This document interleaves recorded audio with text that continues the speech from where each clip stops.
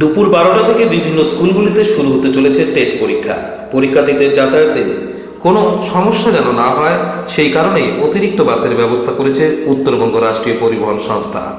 অন্যান্য রবিবার উত্তরবঙ্গ রাষ্ট্রীয় পরিবহন সংস্থার বাস রাস্তায় কম থাকলেও টেট পরীক্ষা থাকার কারণে উত্তরবঙ্গ রাষ্ট্রীয় পরিবহন সংস্থার নিয়মিত বাস পরিষেবা রাখা হয়েছে। এছাড়াও অতিরিক্ত আরও 50টি বাস রাস্তায় নামিয়েছে উত্তরবঙ্গ রাষ্ট্রীয় পরিবহন সংস্থা।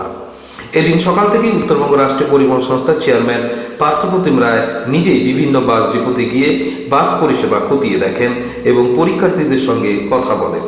পার্থপ্রতিম রায় জানান, যেহেতু আজ বহু ছাত্রছাত্রী পরীক্ষা কেন্দ্রে যাচ্ছে, তাই কারো কোনো সমস্যা যেন না হয় সেই কারণেই প্রত্যেকটি বাসের চালক এবং বাসের কন্ডাক্টরকে নির্দেশ দেওয়া হয়েছে স্টপেজ ছাড়াও যদি কেউ রাস্তায় হাত তোলে তাহলে তাদের বাসে নিতে হবে।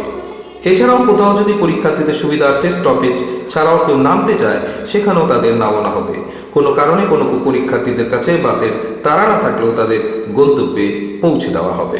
আমাদের রবিবারে সাধারণত আমাদের একটু বাস পরিষেবা সংখ্যা তুলনামূলক কম থাকে রবিবার, কিন্তু আজকে যেহেতু টেট পরীক্ষা আমরা সমস্ত পরিষেবা সচল রেখেছি, কোনো পরিষেবাকে আমরা অফ করিনি। পাশাপাশি পরীক্ষার জন্য অতিরিক্ত পরিষেবা আমরা দিয়েছি। গোটা উত্তরবঙ্গ রাষ্ট্রীয় পরিবহন 50টা অতিরিক্ত বাস চালাচ্ছে, অর্থাৎ আমরা পার ডে যেখানে 600 বাস চালাই আজকে 650 বাস চালাচ্ছি।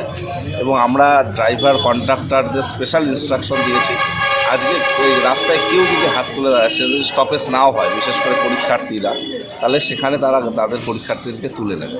এবং একই সঙ্গে যে কোনো ভেন্যুতে যেখানে স্টপেজ যদি নাও থাকে সেই ভেন্যুতে দাঁড়াবে গাড়িটা। এইভাবে আমরা ইনস্ট্রাকশন দিয়েছি। এবং ভাড়ার ক্ষেত্রেও অ্যাজ ইউজুয়াল ভাড়া তাদের কাছ থেকে নেবে। কেউ যদি কারো কাছে ভাড়া না থাকে তাকেও পরিষেবা দেওয়া হবে। ভাড়া নেই বলে তাকে নামিয়ে দেওয়া বা তাকে না ওঠানো এই ধরনের কোনো ঘটনা ঘটবে না।